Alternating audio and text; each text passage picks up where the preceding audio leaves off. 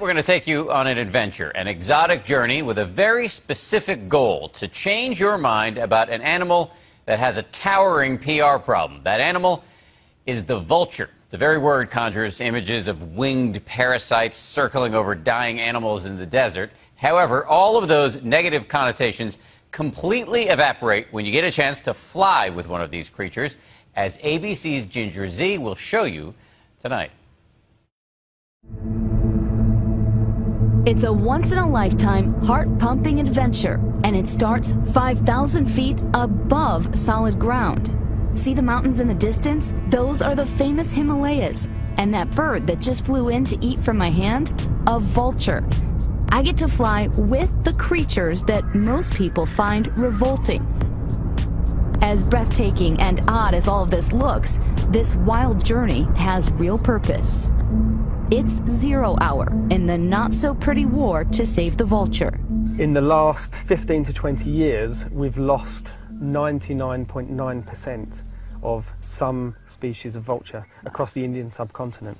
That's millions of nature's cleaners almost cleaned out. While vultures come in many shapes and sizes, the beasts don't typically evoke instant empathy, but they do have a champion in this guy, Scott Mason, for a reason. We need our vultures. They're vitally important. To learn more about this environmental tipping point, we must travel to the other side of the world, Nepal, a nation sandwiched between India and China. As the vulture flies, it's more than 7,000 miles from New York City.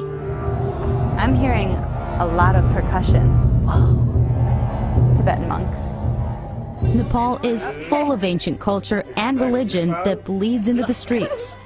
And those streets, they're full of curious children.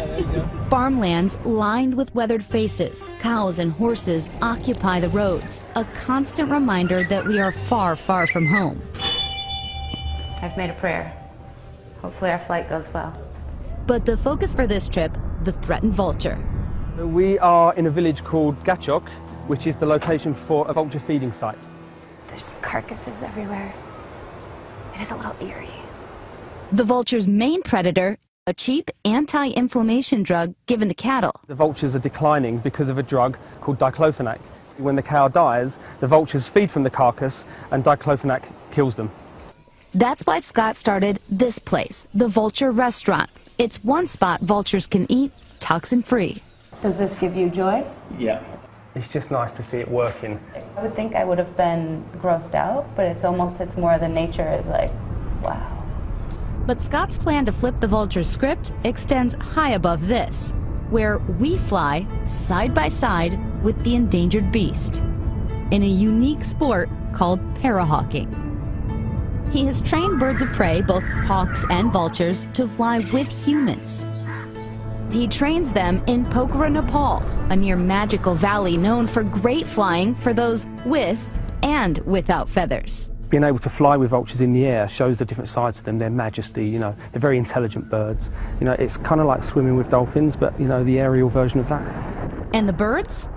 Well, allow me to introduce you. This is Bob. This is Kevin. They're Egyptian vultures.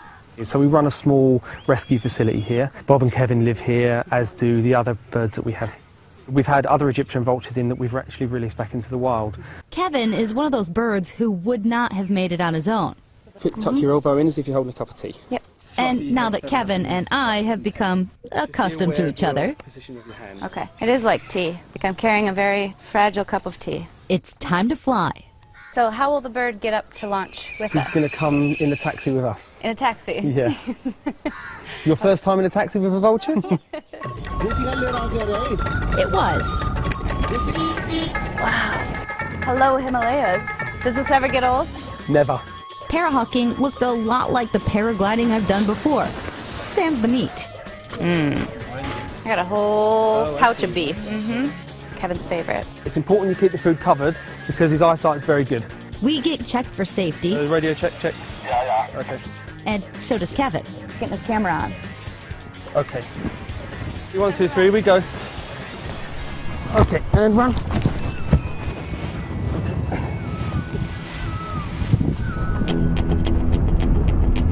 Once we're flying, we have to sync up with Kevin, who's circling below us. We're losing height, that's for sure. And then, Okay, 3, 2, 1. the routine begins. Hey, Kevin. As we call him a half dozen more times, you can feel the rush of Kevin coming in. Hello again, Kevin. Yeah, we did it. It's magic. Forget that. It's not just magic, it's majesty. Here he comes. Say 3, 2, 1. And he's out. But all of a sudden, our flight is interrupted. One wild's on him and another one coming in, Tracy. A native Egyptian vulture is harassing Kevin. He rolls on his back, flying upside down, defending with his talons. Okay, Kevin's heading home, so just call him when you can. We all have to get out of there fast. Oh! It's a bit of an adrenaline rush. We did a quick exit. We had a wild Egyptian vulture come in. We've got to sort of respect the wild birds. This is their territory, it's breeding season. Kevin made it home safely too, even got his routine egg for dessert. When they're flying, it's almost like we're a joke to them. And I think we're very smooth. But they're like, I guess I'll catch up to this thing. And then he's like, see ya. I'm good. And we hope they are. Good, or even great someday. Because in Nepal and everywhere, Kevin, Bob, and the rest of the vultures need to be saved. And we have to do whatever we can to try and reverse the decline of the vultures to prevent their extinction. What we're trying to do is educate people to show how majestic they are and how graceful and beautiful and how nice they are. Hopefully, people start to have a higher regard for them as a species. A higher regard, a higher calling to save a species at their vital moment. For Nightline, I'm Ginger Z in Pokhara, Nepal.